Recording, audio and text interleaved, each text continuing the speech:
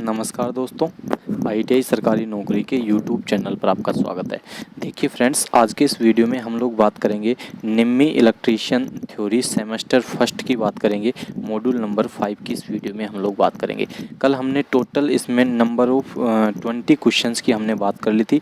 आज 20 क्वेश्चन से आगे हम लोग बात करेंगे। कंप्लीट 5 मॉड्यूल को आज हम लोग पूरा करेंगे। यदि अभी तक आपने इससे पहले के वीडियो नहीं देखे हैं तो आप लोग जाइए, हमारी नीचे प्लेलिस्ट बनी हुई है, उस प्लेलिस्ट में जाइए और जाकर के कंप्लीट वीडियो को आप लोग ज़रूर पूरा देखिए। ठीक है फ्रेंड्स, चलिए तो क्वेश्चन नंबर 21 से हम लोग स्टार्ट करते हैं। और क्वेश्चन नंबर 21 बहुत ही एक सिंपल क्वेश्चन आपको दिया गया है कि वायु संधारित्र का उपयोग किस उपकरण में किया जाता है, ये आपको यहाँ से बताना है। वायु संधारित्र मतलब एयर कैपेसिटर का यूज आपसे पूछा गया है। सबसे पहले तो मैं आपको यहाँ पर बता देता हूँ, जो वायु संधारित्र है ये एक परिवर्तित प्रकार का संधारित्र है। कौन सा संधारित्र है? एक परिवर्तित प्रकार का संधारित्र है जिसकी जो वैल्यू है उसको चेंज किया जा सकता है।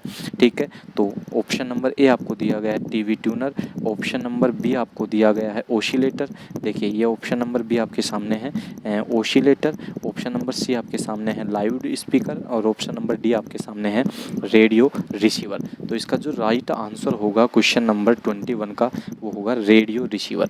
तो जो रेडियो रिसीवर का यूज है वो वायु संधारित्र के लिए किया जाता है, ये आपको यहाँ से याद रखना पड़ेगा। चलिए क्वेश्चन नंबर 22 की बात कर लेते हैं। वेरी वेरी इंपॉर्टेंट क्वेश्चन है आप सभी लोगों के लिए। क्वेश्चन नंबर 22 देखिए, तो कुछ इस प्रकार से क्वेश्चन नंबर 22 आपको दिखाया गया है। यदि ध्रुवीकृत इलेक्ट्रोलाइट संधारित्र विपरीत रूप से जुड़ा हुआ हो। ध्रुवीकृत इलेक्ट्रोलाइट, पहली बात तो ये कि जो इलेक्ट्रोलाइटिक संधारित्र होते हैं, इलेक्ट्रोलाइटिक संधारित्र वो ओनली फॉर डीसी के ऊपर काम करते हैं। किसके ऊपर काम करते हैं? ओनली डीसी सप्लाई के ऊपर काम करते हैं। कौन? इलेक्ट्रोलाइटिक संधारित्र। ठीक है, तो अब ये पूछ रहा है कि यदि इलेक्ट्रोलाइटिक संधारित्र को विपरीत रूप से जोड़ दिया जाए, ठीक है, कौन से रूप से? विपरीत रूप से जोड़ दिया जाए तो क्या प्रभाव पड़ेगा? संधारित्र पर कोई प्रभाव नहीं पड़ेगा, ये बिल्कुल गलत बात है। ऑप्शन नंबर बी आपको दिया गया है कि अत्यधिक गर्मी के कारण विस्फोट होगा, बिल्कुल राइट आंसर। जो यदि इलेक्ट्रोलाइटिक संधारित्र को विपरीत ध्रुवता के साथ जोड़ दिया जाएगा तो अतिरिक्त गर्मी के साथ जो है बहुत अधिक विस्फोट होगा, एक बार में ही यह विस्फोट हो जाएगा। ठीक है, चलिए क्वेश्चन नंबर 23 की बात करेंगे। और क्वेश्चन नंबर 23 में आपको दिया गया है कि पैरा चुंबकीय पदार्थ कौन सा है। डाया मैग्नेटिक पदार्थ का आपको यहाँ से पूछा गया है। डाया का मतलब क्या होता है? मतलब थर्ड क्लास का जो अपना चुंबकीय पदार्थ होता है, मैग्नेटिक पदार्थ होता है। तीन प्रकार के होते हैं, पैरा और डाया। तो जो तीसरे नंबर का होता है ना डाया, वो सबसे लोवेस्ट क्वालिटी का होता है, मतलब ये चुंबकीय क्षेत्र हो ही नहीं सकता है, चुंबकीय मैग्नेटिक। ठीक है, तो देखिए ये पूछा गया है तो कौन सा नहीं होता है, तो ऑप्शन नंबर ए इसका बिल्कुल राइट आंसर है। लकड़ी जो होती है ना वो डाया मैग्नेटिक पदार्थ के अंदर आती है। ठीक है, यदि मैं बात करूँ निकिल की तो निकिल जो आएगी फेरा चुंबकीय पदार्थ के अंदर आएगी। यदि प्लेटिनम और मैग्नीज दोनों की बात करूँ, प्लेटिनम और मैग्नीज, तो ये दोनों पैरा चुंबकीय पदार्थ के अंतर्गत आती हैं। ठीक है, चलिए नेक्स्ट क्वेश्चन की बात करेंगे। Question number 24 very very important question है। क्वेश्चन नंबर 24 फ्लक्स घनत्व की एसआई इकाई यहाँ से आपसे पूछी गई है। फ्लक्स घनत्व, फ्लक्स डेंसिटी की इकाई पूछी गई है। टेस्ला, वेबर प्रति मीटर स्क्वायर, एम्पियर टर्न्स। तो इसका जो राइट आंसर होगा ऑप्शन नंबर ए इसका राइट आंसर होगा। फ्लक्स घनत्व की इकाई टेस्ला होती है। एक टेस्ला की इकाई एक और होती है। टेस्ला किसकी इकाई होती है? वेबर। देखिए टेस्ला जो होती है ना वो किसकी इकाई होती है, मैं आपको यहाँ पर बताऊँ, वेबर प्रति मीटर स्क्वायर। ये टेस्ला की ही इकाई होती है। एक दूसरी इकाई जो होती है टेस्ला की वेबर प्रति मीटर स्क्वायर, एक सीजीएस में और होती है। किसमें? सीजीएस में होती है गोस। ठीक है, सीजीएस में क्या होती है? गोस होती है। और फ्लक्स की बात करूँ तो फ्लक्स की जो इकाई होती है वो क्या होती है? वेबर होती है। ठीक है, एम्पियर टर्न बात करूँ तो एमएमएफ की इकाई एम्पियर टर्न होती है। और एक टेस्ला बराबर क्या होता है? एक टेस्ला बराबर 10 की घात 4 गोस। ठीक है, ये आपको यहाँ से याद रखना था। चलिए नेक्स्ट क्वेश्चन की चलते हैं बात। क्वेश्चन नंबर 25 और बहुत ही इंपॉर्टेंट क्वेश्चन है क्वेश्चन नंबर 25 जो आपको यहाँ से दिखाया गया है। देखिए ये आपको क्वेश्चन नंबर 25 यहाँ से आपको दिया गया है। इसमें आपसे पूछा गया है पदार्थ का BH वक्र हिस्टैरिसीस लूप के आकार को क्या दर्शाता है। तो पदार्थ का जो BH वक्र है हिस्टैरिसीस लूप के आकार का क्या दर्शाता है, किस प्रकार से बनता है, पहले तो उसकी बात कर लेते हैं। तो इस प्रकार से जो आपका BH वक्र बनाया जाता है, ठीक है, कौन से प्रकार से, कुछ इस प्रकार से आपका जो BH वक्र है वो बना हुआ होता है। ये जो लूप में ये जो दर्शाएगा ना, ये किसको दर्शाता है, तो ये जो दर्शाता है हिस्टैरिसीस लूप को दर्शाता है। ये दो चीज़ों के बीच में खींचा जाता है, B और H के बीच में खींचा जाता है, ठीक है, दो चीज़ों के मध्य में ये खींचा जाता है। अब ये क्या चीज़ को दर्शाता है उसकी बात की गई है। तो पदार्थ का रिलक्टेंस नहीं, पदार्थ के क्षेत्र की तीव्रता नहीं, पदार्थ की चुंबकीय विशेषताएं। वेरी वेरी राइट आंसर है ऑप्शन नंबर सी। तो magnetic properties of the material, पदार्थ की चुंबकीय विशेषताओं को कौन दर्शाता है, BH वक्र दर्शाता है। क्वेश्चन नंबर 26 की बात करेंगे, वेरी वेरी इंपॉर्टेंट क्वेश्चन है क्वेश्चन नंबर 26। और कौन सी विद्युतीय मात्रा सीधे भंवर धारा के समानुपाती होती है, ठीक है, इलेक्ट्रिक क्वांटिटी जो एडी करंट के समानुपाती होती है। अब आपने पढ़ा होगा कि WE बराबर क्या होता है, B² F² T², ये होता है, ठीक है। तो जो भंवर धारा है, एडी करंट है, वो किसके डायरेक्ट फ्रीक्वेंसी के स्क्वायर के समानुपाती होती है। तो इसका जो ऑप्शन नंबर सी होगा राइट आंसर, आवर्ती के सीधे समानुपात में होती है क्या, एडी करंट लॉसेज, ठीक है। क्वेश्चन नंबर 27 की बात करेंगे, परमिएबिलिटी के परिवर्तित होने का क्या कारण होता है, ठीक है। परमिएबिलिटी मतलब परमिएबिलिटी का परिवर्तित होने का कारण क्या होता है। हम जानते हैं म्यू बराबर B/H, हम जानते हैं म्यू बराबर B/H। अब इसको परिवर्तित करें तो B बराबर क्या आ जाएगा भाई, μH, यही आपसे पूछा गया है। तो इसका जो राइट आंसर होगा ऑप्शन नंबर बी, फ्लक्स घनत्व, फ्लक्स डेंसिटी होगा इसका परिवर्तित होने का रूप, ठीक है। चलिए क्वेश्चन नंबर 28 की बात करते हैं। और क्वेश्चन नंबर 28 में आपसे पूछा गया है किस प्रकार के संधारित्र अंतरिक्ष इलेक्ट्रॉनिक्स के लिए उपयोग किए जाते हैं। अंतरिक्ष में इलेक्ट्रॉनिक्स के लिए कौन सा संधारित्र का यूज लिया जाता है। तो अंतरिक्ष में किसका यूज लेंगे, DC का यूज लेंगे। सबसे पहले आपको ये याद रखना है, अंतरिक्ष में DC प्रकाश का यूज लिया जाता है। और DC के लिए सबसे बेस्ट जो इलेक्ट्रोलाइट है, सॉरी कैपेसिटर है, वो कौन सा है, इलेक्ट्रोलाइट टेंटेलम प्रकार का जो कैपेसिटर होता है वो यूज लिया जाता है, ठीक है। चलिए क्वेश्चन नंबर 29 की बात करेंगे। और क्वेश्चन नंबर 29 में आपको दिया गया है कि इलेक्ट्रोलाइट संधारित्र का प्रभाव क्या होता है अगर ओपन सर्किट दोष हो।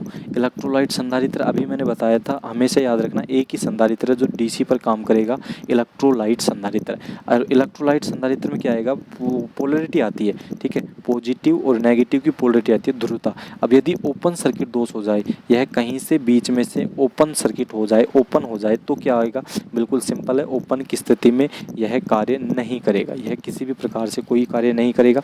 और अभी मैंने आपको एक पिछले बार क्वेश्चन में बताया था कि ये एक बार में फट जाएगा। कब फटेगा, जब इसको विपरीत क्रम में जोड़ दिया जाएगा, ठीक है। जब इसकी ध्रुवता है वो विपरीत कर दी जाएगी तो ये फट जाएगा। अत्यधिक धारा कब देगा, जब ये लीक हो जाएगा तो अत्यधिक धारा देगा। और ये इस सामान्य रूप से कब काम करेगा, नॉर्मल कंडीशन में, ठीक है, ये आपको याद रखना है। क्वेश्चन नंबर 30 की बात करेंगे। क्वेश्चन नंबर 30 में आपको दिया गया है यदि संधारित्र में प्लेटों की दूरी कम हो जाती है तो धारिता के मान में क्या प्रभाव होगा, ठीक है। कैपेसिटर की बात कराए तो C बराबर क्या होगा, C बराबर होता है एप्सिलॉन A/D, C बराबर होता है एप्सिलॉन A/D। यदि दूरी बढ़ेगी, ठीक है, क्षेत्रफल बढ़ेगा तो कैपेसिटेंस भी बढ़ेगा, और यदि दूरी का मान घटेगा तो ये भी बढ़ेगा। इस प्रकार से आपको याद रखना था। ये पूछ रहा है कि संधारित्र में प्लेटों की दूरी कम हो जाती है, ये दूरी है ये कम हो जाएगी तो ये बढ़ जाएगा, इंक्रीज हो जाएगा। ऑप्शन नंबर डी बिल्कुल राइट आंसर होगा क्वेश्चन नंबर 30 का। 31 की बात करेंगे तो 31 में आपको कौन सी विशेषता दिखाई गई है, ये एक चित्र दिखाया गया है, इसमें पूछा गया है कि कौन सी विशेषता दिखाई गई है। तो बिल्कुल राइट आंसर होगा option number A, direct property जो होगी, द्विदिशीय जो विशेषता होगी, ये आपको यहाँ से दिखाई गई है। क्वेश्चन नंबर 32 की बात करेंगे। और क्वेश्चन नंबर 32 में आपको दिखाया गया है, देखिए अनुचुंबकीय पदार्थ कौन सा है। अनुचुंबकीय पदार्थ की यहाँ से बात की गई है। अनुचुंबकीय मतलब पैरामैग्नेटिक। तो वायु जो होती होती है ना वायु, वो कौन सी होती है, पैरामैग्नेटिक चुंबकीय पदार्थ है वायु। इस्पात जो होगी वो फेरामैग्नेटिक चुंबकीय पदार्थ होगी।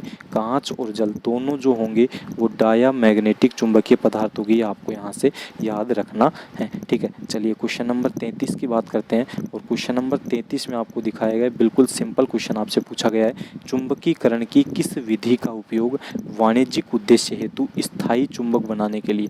आपको मैंने पहले भी बताया था, जो परमानेंट मैग्नेट है उसको बनाने के लिए हमेशा इंडक्शन मेथड का यूज करेंगे, ठीक है। इंडक्शन प्रेरण विधि का यूज करते हैं, प्रेरण के द्वारा ही आपका जो परमानेंट मैग्नेट है वो बनाई जाती है। क्वेश्चन नंबर 34 की बात करेंगे। और क्वेश्चन नंबर 34 में आपसे पूछा गया है, यदि घुमावों के बीच की दूरी बढ़ती है तो प्रेरण का प्रभाव क्या होगा।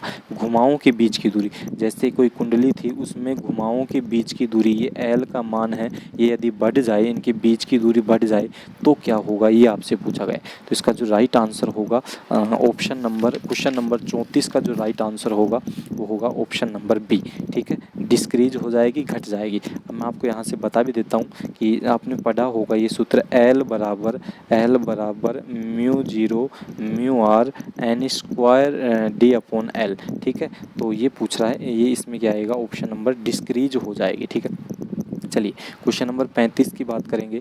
और क्वेश्चन नंबर 35 आपके सामने कुछ इस प्रकार से दिया गया है, संधारित्र में पैरावैद्युतिक कुचालक का कार्य क्या होगा। जो कैपेसिटर होता है, दो प्लेटों के बीच, एक पॉजिटिव एक नेगेटिव, मैं बता रहा हूँ आपसे, ठीक है।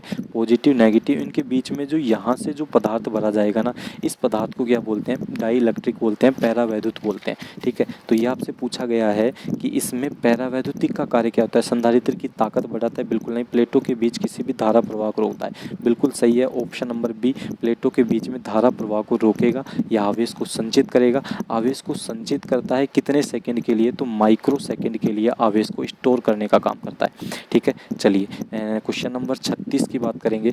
और क्वेश्चन नंबर 36 में आपको दिया गया है कि संधारित्र में धारिता का मान किस कारक के द्वारा निर्धारित किया जाता है। संधारित्र में धारिता के मान को निर्धारित करना है, तो मैंने अभी आपको बताया था, C बराबर एप्सिलॉन A अपॉन D, ठीक, बराबर एप्सिलॉन A अपॉन D, ठीक है। प्लेटों के क्षेत्रफल के ऊपर निर्धारित करता है, संधारित्र में धारिता का मान प्लेटों के क्षेत्रफल के ऊपर बिल्कुल निर्धारित करता है। अभी मैंने बताया था A के ऊपर निर्धारित करता है, यदि इसका मान बढ़ेगा तो इसका मान भी बढ़ेगा। प्लेटों के आकार के ऊपर, आकार का कोई है हिसाब नहीं है, प्लेटों के पदार्थ पर भी नहीं है, प्लेटों की मोटाई पर भी नहीं है, दूरी पर भी घटेगा या बढ़ेगा, ठीक है। और आज के इस वीडियो का लास्ट क्वेश्चन, क्वेश्चन नंबर 37 और क्वेश्चन नंबर 37 मॉड्यूल नंबर 5 का भी लास्ट क्वेश्चन है, ठीक है। तो RF युग्मन सर्किट में किस प्रकार के संधारित्र का यूज लिया जाता है। RF युग्मन संधारित्र में, ठीक है।